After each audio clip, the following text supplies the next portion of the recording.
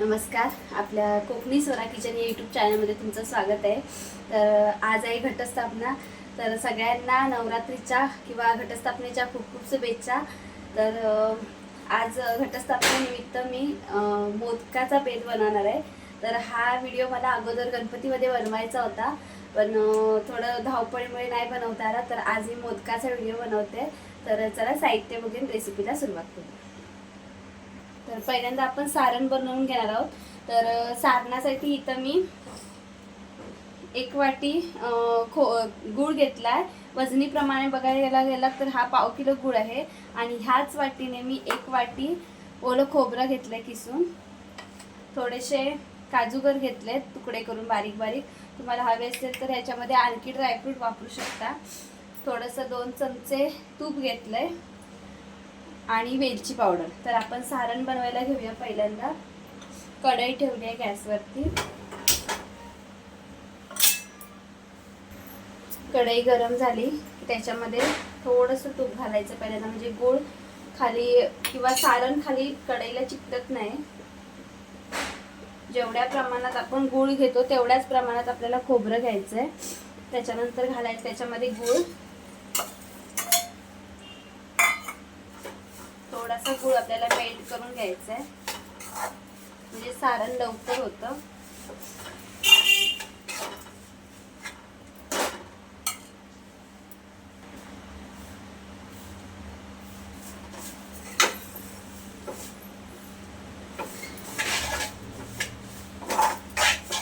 गूळ मेल्ट व्हायला लागला लगेचच आपल्याला याच्यामध्ये खोबरं घालायचं आहे.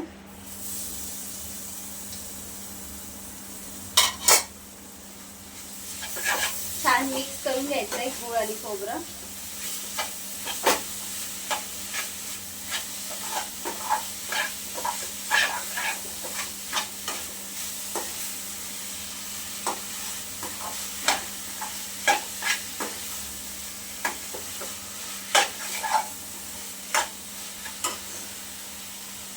थोडंसं तूप घालूया त्याच्यामध्ये, म्हणजे 1 ते 1.5 चमचा तूप फक्त वापरले आपण याच्यामध्ये, कारण सारणाला एक वेगळी चव येते मग याच्यामुळे.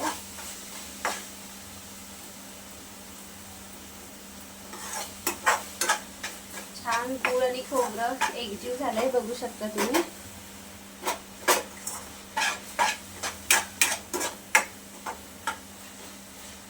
आता आपण ह्याच्यामध्ये काजूगर घालायचे. तुम्ही मनुका, बेदाणे, बदाम हे सुद्धा घेऊ शकता. छान मिक्स करून घ्यायचे.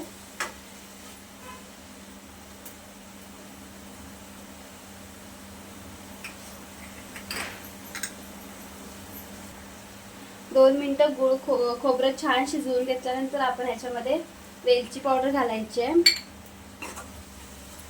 वेलची पावडर नंतर टाकली की त्याचा सुगंध छान राहतो. आणि वेलची पावडर टाकल्यानंतर परत आपण 1-1.5 मिनिटासाठी छानसं सारण शिजवून घेऊया. छान असं सारण रेडी झालंय आपलं. एकदम आपल्याला कोरडं सुद्धा करायचं नाहीये, एवढं ठेवायचं आहे म्हणजे खाताना छान असं रसाळ लागतं. हे सारण काढून घेऊया आणि ह्याच कढईमध्ये आपण पीठ वाफवून घेणार आहोत तांदळाचं. तर सारण काढून घेऊया. त्याच कढईमध्ये आपण आता पीठ वाफवून घेणार आहोत. तर तुम्हाला पाणी वापरायचं असेल तर 2 समप्रमाणात 2 वाट्या पाण्याला 2 वाटी तांदळाचं पीठ घ्यायचं आहे आपल्याला, सेम वाट्याने. तर मी इथं 1 वाटी दूध आणि 1 वाटी पाणी वापरणार आहे.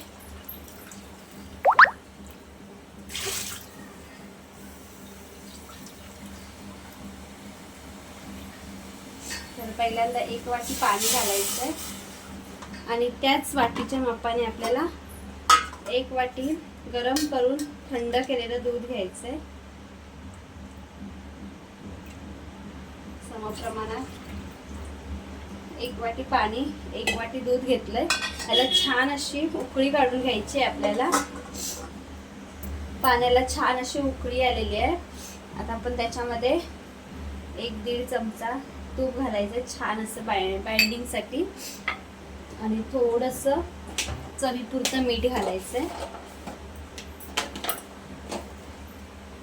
थोडंसं चवीपुरतं मीठ.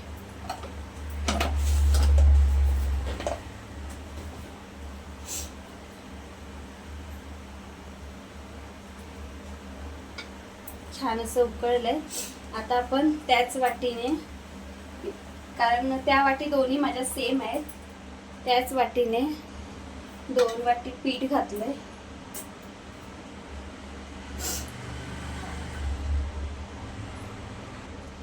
पलित्याच्या साहाय्याने नाहीतर मग असं लाटण्याच्या साहाय्याने याला आपल्याला गॅसची फ्लेम आपल्याला एकदम स्लो करायची. छान ह्याच्या भाकऱ्या सुद्धा खूप छान होतात.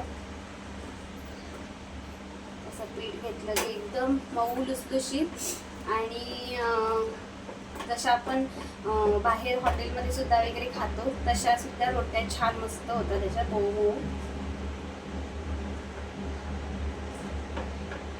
छान असं पीठ मिक्स झालंय. आता गॅसची फ्लेम आपल्याला इथं बंद करायची आणि फ्लेम बंद करून लगेचच आपल्याला हे पीठ परातीत काढायचं नाहीये. तर ह्याला आता आपण छान असं मिक्स करून घ्यायचंय. बघू शकता तुम्ही पाणी आणि पिठाचं प्रमाण एकदम परफेक्ट झालेलं आहे. कुठेही पाण्याचा अंश जास्त नाही किंवा पीठ जास्त नाही, प्रमाणात घेतलं की व्यवस्थित होतं. ज्या वाटीने आपण पाणी घेतोय त्याच वाटीने आपल्याला पीठ सुद्धा घ्यायचं आहे, म्हणजे परफेक्ट प्रमाण होतं. जर तुम्हाला दुधाचा वापर करायचा असेल तर 1 वाटी पाणी आणि 1 वाटी दूध समप्रमाणात घ्यायचं आहे. थोडंसं तूप घालायचं आहे. आता आपण ह्याला छान मिक्स करून घेतलंय. गरम आहे अजून आणि ह्याला आपण आता झाकण ठेवून 10 मिनिटासाठी तरी याला छान अशी वाफ काढून घ्यायची. तर मी झाकण ठेवून याला छान वाफ काढून घेते आणि त्याच्यानंतर आपण लगेचच मोदक बनवायला घेऊ. 10 मिनिटाने आता आपण पीठ परातीत काढून घेऊयात. थोडंसं गरम आहे अजून सुद्धा ते पीठ.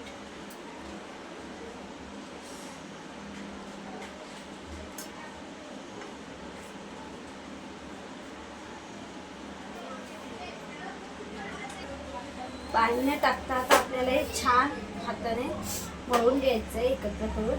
अजून पीठ कोमटच आहे कारण आपल्याला घट्टसर असं पीठ मळायचं आहे. तर छान असं व्यवस्थित छान असं पीठ आपण एकजीव करून घेतलं आहे थोडंसं. आता आपण त्याच्यामध्ये 1-2 चमचे आपल्याला तूप घालायचं आहे, म्हणजे छान असं पीठ मळलं जातं. तूप घालून आपल्याला ह्याला छान असं मऊसूद आणि एकदम सॉफ्ट करून घ्यायचं आहे. चिकनं चिकनं व्यवस्थित असं. थोडंसं गरम असतानाच मळायचं म्हणजे पीठ छान असं मऊ मऊ होतं आणि पारी मेन म्हणजे खूप छान होते. मोदक बनवायचे म्हणजे सारण आणि पीठ व्यवस्थित मळलं गेलं पाहिजे, सारण व्यवस्थित झालं पाहिजे, मग मोदक खूप छान होतात. आपण छान असं पीठ सॉफ्ट होईपर्यंत ह्याला मळून घेऊयात. आता आपण मोदक बनवायला घेऊयात व्यवस्थित. थोडंसं पीठ लावायचं आहे आपल्याला, थोडंसं तांदळाचं पीठ लावायचं आहे म्हणजे पारी हाताला चिकटत नाही. आणि जसे आपण ह्याला पुरणपोळ्या भरताना सारण भरण्यासाठी वाटी करतो तशा पद्धतीने आपल्याला पातळ अशी वाटी करायची आहे. पातळ करायची म्हणजे सारण भरल्यानंतर फक्त पीठ लागत नाही, तर सारण छान असं तोंडामध्ये विरघळलं जातं पटकन असं. जर चिकट वाटलं पीठ तर मी हे घरगुती तांदळाचं पीठ घेतलंय, कुठलेही वेगळे तांदूळ बाहेरून आणून केले नाही. शक्यतो जुने तांदूळ घ्यायचे, मग त्याचं छान असं पीठ होतं. छान अशी पातळ पारी करायची आपल्याला, हे बघा. आणि कुठेही त्याला तडा गेला नाही किंवा मधून फाटल्यासारखं झालं नाही. छान अशी पारी तयार झाली आहे. तर आता आपण ह्याचे 3 बोटांच्या साहाय्याने असं ह्याला थोड्या थोड्या अंतरावर कळ्या करून घ्यायच्यात व्यवस्थित. सारण भरायच्या आधी कळ्या केल्या की व्यवस्थित कळ्या येतात.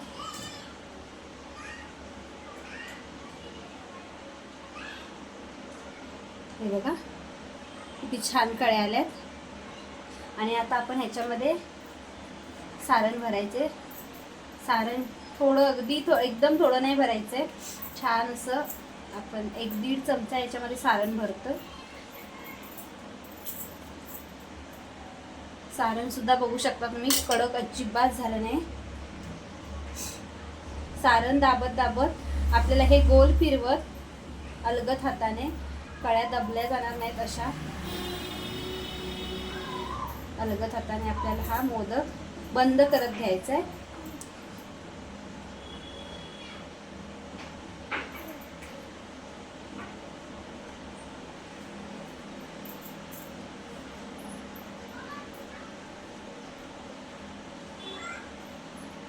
बघू शकता तुम्ही.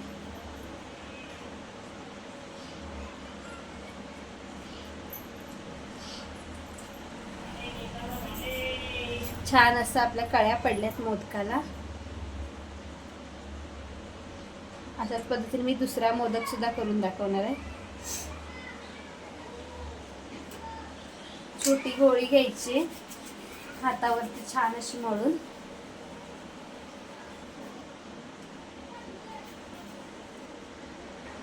मगाशी दाखवल्याप्रमाणेच आपल्याला पारी करून घ्यायची.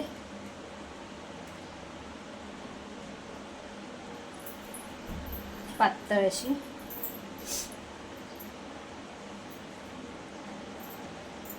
बघू शकता त्याला कळ्या पडायच्या. 3 बोटाच्या साहाय्याने आपल्याला अंगठा आणि ही 3 बोट ह्या साहाय्याने अशा कळ्या पडायच्या.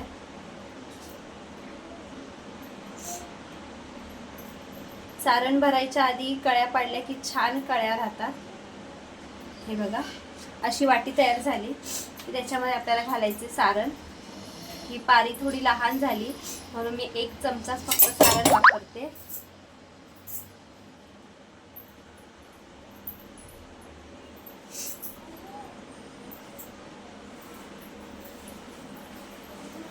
परत आपल्याला हे छान असं अलगद फिरवत फिरवत याला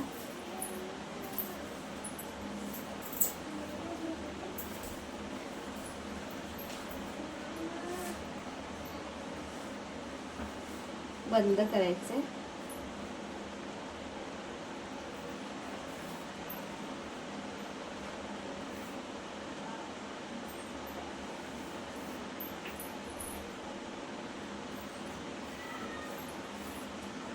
एकदम परफेक्ट असं आपला मोदकाचा आकार येत नाही, पण छान असा मोदकाचा आकार आलाय.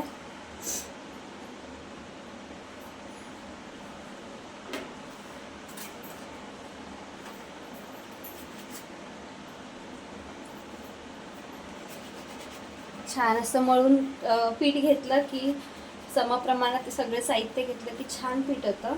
तर अशाच पद्धतीने आपण सगळे मोदक तयार करून घेऊया.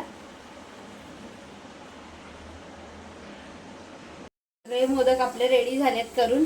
बघू शकता तुम्ही छान असे. आणि पाणी सुद्धा मी एका बाजूला उकळायला ठेवले होते. पाण्याला उकळी आली आहे. ही चाळणी आपण आता याच्यामध्ये ठेवूया व्यवस्थित. पाणी उकळल्याशिवाय मोदक वाफायला ठेवायचे नाही. आणि त्याच्यावरती आपल्याला असं खोलगट झाकण ठेवायचंय म्हणजे जेणेकरून मोदकाला चिकटणार नाही असं. आणि गॅसची फ्लेम एकदम फास्ट न ठेवता आपण थोडीशी मीडियम करून त्याच्यावरती 10 ते 15 मिनिटासाठी छान असे मोदक वाफवून घ्यायचे. मोदक वाफवून झाले की छान अशी सर्व करूया. तर 10 ते 15 मिनिटासाठी आपण मोदक वाफायला ठेवलेत. तर बघा छान असे आपले उकडीचे मोदक रेडी झाले आहेत. बघू शकता तुम्ही किती छान दिसत आहेत ते. कळ्या सुद्धा छान आल्यात. तर अशा पद्धतीने आपण तुम्हाला हवं असेल तर तुम्ही त्याच्यावरती केसर सुद्धा लावू शकता. तर अशा पद्धतीने आपले छान असे उकडीचे मोदक रेडी झालेत. तुम्हाला आजचा हा उकडीच्या मोदकांचा व्हिडिओ कसा वाटला हे नक्की कमेंटमध्ये सांगा. व्हिडिओ आवडल्यास व्हिडिओ लाईक करा, शेअर करा, चॅनलला सबस्क्राईब करा आणि बेल आयकॉन दाबायला विसरू नका. थँक्यू.